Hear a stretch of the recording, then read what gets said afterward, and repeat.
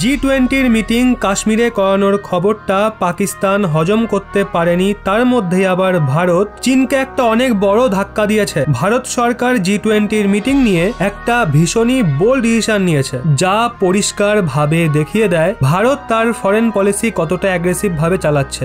ভারতের এই সিদ্ধান্তকে চীন কড়া আপত্তি জানাতে পারে। যেমনটা আমরা সবাই জানি, এই বছর G20 সামিট হোস্ট করেছিল ইন্দোনেশিয়া, আর ওই ইভেন্টে ভারতকে G20 প্রেসিডেন্সি সঁপে দেওয়া হয়েছিল। অফিসিয়ালি ভারত 1 ডিসেম্বরে G20 প্রেসিডেন্ট হবে, আর তারপর প্রেসিডেন্ট হওয়ার জন্য ভারতে সমস্ত অফিসিয়াল ওয়ার্ক শুরু হয়ে যাবে। ভারত প্রথমবার G20 প্রেসিডেন্ট হয়েছে, তাও আবার এমন সময় যখন ইউক্রেন যুদ্ধের কারণে বিশ্ব দুভাগ হয়ে বসে আছে। এক্ষেত্রে গোটা বিশ্বকে লিড করতে এবং নিজের লিডারশিপ কোয়ালিটিকে দেখানোর জন্য এটাই ভারতের কাছে উপযুক্ত সময়। আর G20 প্রেসিডেন্ট থাকতে আমরা বিশ্বকে প্রমাণ করে দেখাতে পারি ভারত কেন ইউনাইটেড নেশন সিকিউরিটি কাউন্সিলের পার্মানেন্ট সিটের সবচেয়ে বড় দাবিদার। এখন হয়েছে কি, ভারতকে আগামী বছর নভেম্বরে G20 2023 সামিট করতে হবে, কিন্তু তার আগে G20 সদস্য দেশগুলোর ভারতে অনেকগুলো মিটিং হবে। আগামী বছর নভেম্বরে যে মেন ইভেন্ট হবে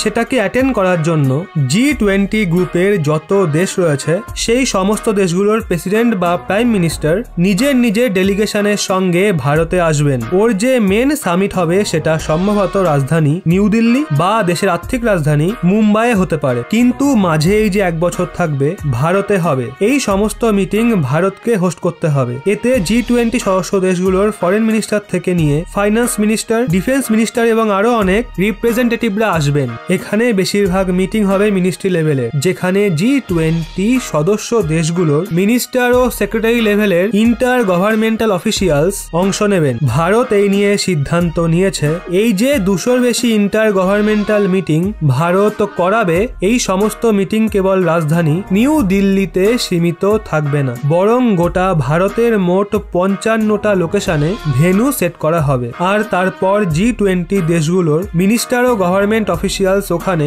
ওই মিটিং অ্যাটেন্ড করতে আসবেন। এখন এই যে 55টা লোকেশন রয়েছে, এতে সদ্যই জম্মু কাশ্মীরের শ্রীনগরকে ইনক্লুড করা হয়েছিল, যার পর পাকিস্তান এই নিয়ে বিরোধিতা করেছিল। সে তো চলুন, এটা পাকিস্তান, কিন্তু এখন ভারত সিদ্ধান্ত নিয়েছে এই যে 55টা লোকেশন রয়েছে যেখানে G20 মিটিং হবে, সেখানে নর্থ ইস্ট ও বিশেষ করে অরুণাচল প্রদেশকেও যুক্ত করা হবে। রেফারেন্স হিসেবে আপনাদের স্ক্রিনে দেওয়া আর্টিকেলের স্ক্রিনশটটা দেখুন, যা অনুযায়ী ভারত যে নর্থ ইস্টে G20 মিটিং হোস্ট করতে চলেছে তাতে মিজোরামের রাজধানী এজাল এবং অরুণাচল প্রদেশের রাজধানী ইটানগরও সামিল রয়েছে। রিপোর্ট অনুযায়ী ইটানগর ছাড়া নর্থ ইস্টে গুয়াহাটি, ইম্ফল এবং আগরতলাকেও শর্ট লিস্ট করা হয়েছে। শ্রীনগর তো চলুন ঠিক আছে, সেটা নিয়ে পাকিস্তানের সঙ্গে বিরোধিতা রয়েছে, কিন্তু পাকিস্তান তো G20 সদস্য দেশও নয়। কিন্তু অরুণাচল প্রদেশ ইটানগরে যদি ভারত সরকার G20 মিটিং করানোর ব্যাপারে